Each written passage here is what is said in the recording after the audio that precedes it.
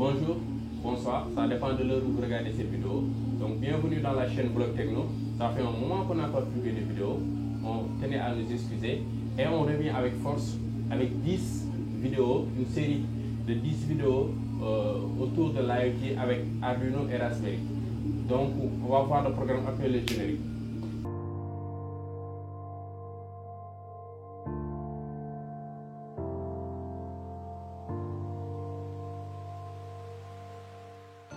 Donc la série IoT avec Raspberry et Arduino, ça va être une série 100% pratique où on va réaliser à la fin un système d'arrosage intelligent avec une table de micro-jardinage. Donc on va intégrer le dispositif IoT pour pouvoir contrôler notre arrosage, pouvoir relever la température et l'humidité, afin d'améliorer la qualité de vie de notre plante. Donc la série va se dérouler en 10 étapes. On va commencer d'abord par c'est quoi l'IoT, cette vidéo d'aujourd'hui. Ensuite, on va voir le matériel et le logiciel, le hardware et le software qu'on va utiliser pour faire de l'IoT. On va voir ensuite comment installer le logiciel, le système d'exploitation, les logiciels à mettre au niveau de notre Raspberry et au niveau de notre Arduino.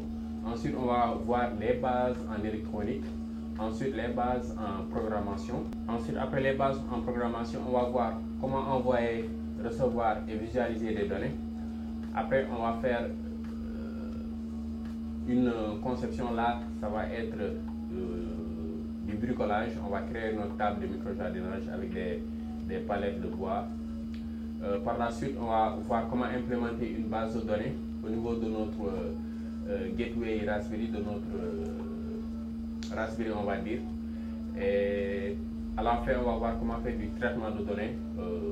Là, c'est pas sûr parce que je n'ai pas trop les compétences en tout ce qui est intelligence artificielle, mais l'idée c'est de pouvoir extraire les données, de faire des calculs là-dessus, peut-être faire des prédictions, mais là c'est pas. On va voir comment faire ça. Et enfin, on va terminer la série de vidéos avec des bonus. On va parler sécurité, IoT, on va parler d'autres choses. Ça, c'est un secret. Donc voilà. Donc aujourd'hui, on va commencer avec c'est quoi IoT. Donc l'IoT qui signifie Internet of Things, en français Internet des objets connectés. C'est un mot qu'on entend ces 10 dernières années. Mais est-ce qu'on comprend vraiment c'est quoi l'IoT? Donc on va commencer par découper le groupe de mots IoT et chercher la définition de chacun de ces trois éléments-là, à savoir Internet, objet et connecté. Donc je vais prendre mon smartphone et on va aller sur Google pour avoir des définitions de ces trois mots-là.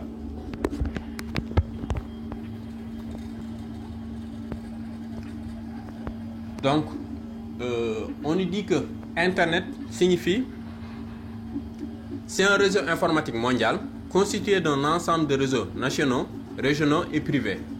L'ensemble utilise le même protocole de communication TCP/IP qui signifie Transmission Protocol, Internet Protocol. Donc, objet, d'après Larousse, chose solide, considérée comme un tout fabriqué par l'homme et destiné à un certain usage. La lampe, par exemple, le livre, la chaise, etc. Donc, connecté veut juste dire relié à un réseau informatique. Donc, on a nos trois mots là. Donc, Internet, qui est un réseau informatique qui relie tout le monde. On a objet qui est un outil, quelque chose que l'être humain a fabriqué. Et on a connecté qui veut dire relié à un réseau informatique. Donc on va prendre deux mots, Internet, plutôt objet connecté. On va prendre ces deux mots-là, objet connecté. Pourquoi? Parce que je préfère qu'on fasse la différenciation entre objet connecté et Internet des objets connectés. Pourquoi?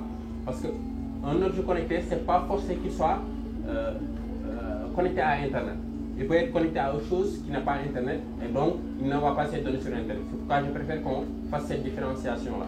Donc, objet connecté, c'est juste un objet qui utilise un réseau informatique ou un réseau de télécommunication pour pouvoir interagir, je peux dire, avec l'être humain ou avec d'autres machines.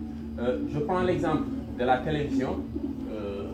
Nos anciennes télé, je ne parle pas des Smart TV, mais nos anciennes télé à tube cathodique ou bien la TNT. Donc on doit forcément avoir soit le décodeur TNT ou bien l'antenne pour pouvoir recevoir des données provenant des chaînes d'émission ou bien des satellites. Donc ça c'est un objet connecté mais qui n'est pas relié à Internet. L'exemple aussi que je peux prendre, c'est avec nos souris sans fil, on les connecte à notre ordinateur et on peut manipuler. Tous ces objets-là sont des objets connectés, mais ils ne sont pas reliés à Internet.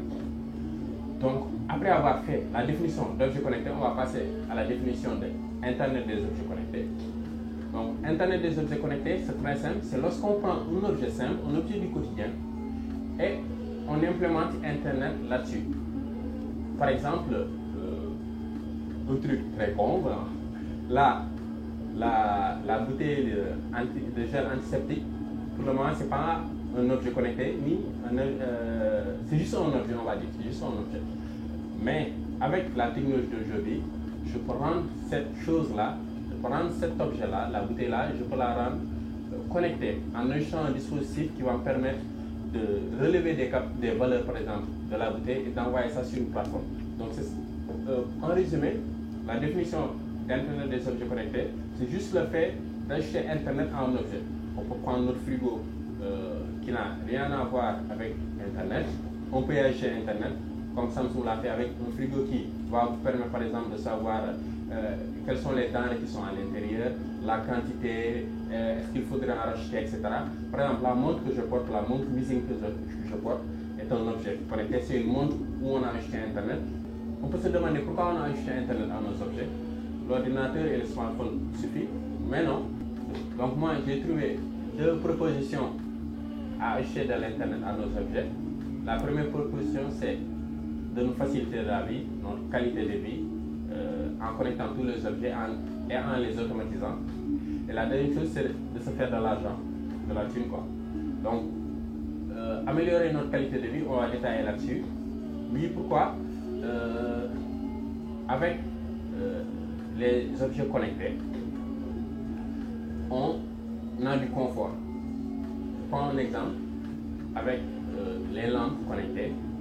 Imaginez auparavant, vous pouvez oublier d'éteindre la lampe, ou bien vous pouvez être à un endroit de la salle où vous n'êtes pas à côté de l'interrupteur pour allumer ou éteindre la lampe. Donc, avec les lampes connectées, juste avec son smartphone, n'importe où dans le monde, on peut l'allumer et l'éteindre. Et les dispositifs maintenant sont assez intelligents pour s'auto-éteindre quand il n'y a personne dans la salle. Donc là, on économise en électricité. Très important. Un autre point, par exemple, avec la montre que je porte, ça m'aide au côté santé. Pourquoi? Ça me donne le nombre de pas, ça me donne mon rythme cardiaque, il me conseille de faire du sport et il me donne des valeurs à propos de mon sommeil. Donc ces choses-là sont très importantes pour la santé, le sommeil, faire du sport, etc. Et donc, ces objets nous apportent un confort. Côté business, se faire de l'argent, vous savez que en 2020, le nouveau pétrole, c'est plus le liquide noir, mais c'est vos données, nos données à nous. Donc, ces entreprises qui conçoivent les produits IoT, certains ne vous le disent pas, mais les données que vos appareils, vos objets envoient au niveau de leur plateforme, au niveau de leur cloud, ces données sont traitées et après revendues à d'autres entreprises qui vont vous traquer, qui vont savoir quel type de personne vous êtes. En fonction de cela, ils vont vous proposer des produits qui sont adaptés à vos demandes, à vos recherches. C'est un point positif, oui, mais il y a un point négatif. Pourquoi? Parce que quand on sait comment vous fonctionnez, vos comportements, vos habitudes, etc., là, ça peut être un danger pour une personne qui est malveillante. Donc, ce sujet-là, peut-être, on va le traiter dans le futur, l'aspect sécurité de nos données personnelles. Donc, la technologie de l'IoT est applicable à presque tous les domaines. On peut l'appliquer à la santé, on peut l'appliquer à l'énergie, on peut l'appliquer aux villes intelligentes, les smart cities, on peut appliquer ça à l'élevage, à comment dire, la domotique, etc. Et donc, il n'y a pas de limite, on peut dire, avec l'IoT. Ça nous facilite vraiment la vie, ça nous donne des données qui nous permettent de prédire, qui nous permettent de savoir comment fonctionne telle ou telle chose ou phénomène. Donc, après avoir découvert la définition de l'IoT avec ces exemples, on va voir les composantes de l'IoT, les étapes à suivre si on veut développer notre système IoT. Donc, je tiens à préciser que l'IoT est un domaine très vaste qui regroupe plusieurs compétences. Et jusqu'à preuve du contraire, je doute qu'une seule personne puisse avoir tous ces talents-là de développer de l'IoT. Par compétence, je vais citer, il y a la partie électronique, conception, design, tout ça. Ensuite, il y a la partie programmation, développement, etc. Il y a la partie data scientist où on récupère les données, on fait des traitements. La partie design où on fait le produit pour que ça soit joli, admirable. Donc ça, je ne crois pas qu'une personne puisse avoir toutes ces compétences. Mais on peut avoir une brève idée de ces différentes parties-là et essayer de manager des équipes qui sont spécialisées dans chacun de ces domaines. Là, ici, l'IoT, on peut le scinder en 4 parties. Pour un début, on peut le scinder en 4 parties, à savoir l'appareil connecté, ensuite l'Internet, ensuite le cloud et enfin l'application. Donc, Internet, plutôt appareil connecté, Internet, cloud, application. Mais on peut scinder ces 4 parties-là en 8 sous-groupes pour plus détailler sur le schéma fonctionnel de l'IoT. Ces sous-8 groupes-là, vous allez trouver tous les domaines importants à la conception de l'IoT, sauf la partie design, je précise. Donc, le premier sous-domaine, on va parler des capteurs et des actionneurs. Donc, c'est ça qui vont relever des valeurs provenant du milieu où le dispositif est. Par exemple, ça peut être la température, ça peut être l'humidité, ça peut être taux de luminosité, pression de l'air, etc. Ensuite, on a les actionneurs qui vont permettre d'effectuer des actions comme activer une pompe pour arroser ou bien allumer la lumière, faire tourner un ventilateur. Donc ça, c'est la première étape. Les capteurs ou les actionneurs qui vont nous permettre d'être en contact direct avec l'environnement. Ensuite, on a le traitement local. Donc ça, c'est effectué par ce qu'on appelle un microcontrôleur ou un ordinateur de bord. Donc lui, il est connecté à un capteur, il récupère les valeurs provenant de ces capteurs-là, il fait son petit traitement, c'est pas, il ne fait pas beaucoup de choses, il fait son petit traitement. Ensuite, après le traitement local, on a le sauvegarde en local. Donc, après avoir fait ces traitements, le microcontrôleur ou ordinateur de bord peut prendre quelques éléments, le stocker au niveau de sa mémoire interne, qui n'est pas beaucoup, pour pouvoir peut-être dans le futur utiliser ça à des fins. Bon, on ne va pas entrer dans les détails. Ensuite, on a le réseau. Pourquoi le réseau? Parce que le plus souvent, les devices connectés, les appareils connectés, ils sont pas directement reliés à Internet en fait. Ils passent par un réseau, une technologie de communication, on va dire. Ils passent par une technologie de communication qui ne consomme pas beaucoup d'énergie. Parce que quand on consomme un objet connecté, l'autonomie est très importante. Donc, les devices, nos appareils connectés, ne sont pas directement reliés à Internet. Donc, ils utilisent à leur niveau, au niveau de l'ordinateur de bord, un protocole de communication. Ça peut être filaire comme sans fil. Donc, le filaire, on a par exemple l'exemple du RJ45 ou bien le RS232, la communication série. Côté sans fil, on a le LoRa, on a le Zigbee, on a le Sigfox, on a plein d'autres réseaux, le Bluetooth, NFC, RFID, etc. Donc ça, c'est des protocoles de communication sans fil qu'on utilise côté réseau pour pouvoir envoyer les données provenant des capteurs vers Internet. Et donc après la partie réseau là, on a Internet. Internet, comme je le disais tantôt, tous les devices, tous les appareils connectés n'ont pas de connexion Internet à leur niveau. Ils utilisent une technologie de communication low cost qui ne consomme pas beaucoup d'énergie. Mais comme Internet aussi n'utilise pas cette technologie de communication low cost, ils ne vont pas se comprendre. Donc là, on met en place ce qu'on appelle une passerelle, le gateway. Donc le gateway, quel est son rôle? Il va prendre les données provenant du capteur, du système, de l'appareil connecté, il va transcrire ça et il va envoyer ça via Internet. Donc je prends l'exemple, un appareil qui utilise la technologie LoRa pour envoyer les données du capteur vers Internet, il passe d'abord par le gateway qui a deux technologies de communication en son interne. Il a le LoRa pour réceptionner les valeurs provenant du capteur et il a une partie Internet pour pouvoir transcrire ces données du LoRa là, le faire passer sur Internet pour envoyer ça vers les serveurs. Donc le gateway, le plus souvent les gateways, ils ont une entrée et une sortie. Donc l'entrée est compatible avec le réseau des capteurs qu'on a déployé, ça peut être du Sigfox, du Zigbee, du LoRa, etc. Et la sortie, ça va être de l'Internet. Ça peut être de de la RJ45 Ethernet, ça peut être du Wi-Fi, ça peut être de la 3G, de la 4G, de la 2G aussi. Donc c'est ça le gateway, c'est ça la partie Internet. Donc il fait le pont entre les appareils connectés, les devices connectés qui ont des capteurs et un ordinateur bord et le serveur. Ensuite, après Internet, on a le cloud. Donc au niveau du cloud, on a le cloud processing où quand on reçoit les données provenant des capteurs, on fait un traitement là-dessus, le plus souvent avec l'intelligence artificielle pour faire des prédictions, etc. Ensuite, on a le cloud,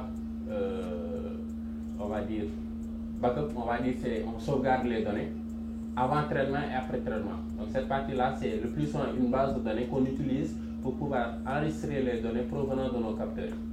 Enfin, on a la partie applicative, la partie application, on va dire, où le plus souvent c'est un dashboard qui nous permet d'afficher les valeurs provenant de nos capteurs et aussi ce dashboard-là nous permet de prendre des décisions. Par exemple, si on voit que notre plante a besoin d'eau, via le dashboard, on peut cliquer sur un bouton qui va actionner un actionneur, par exemple une pompe, et déclencher l'arrosage.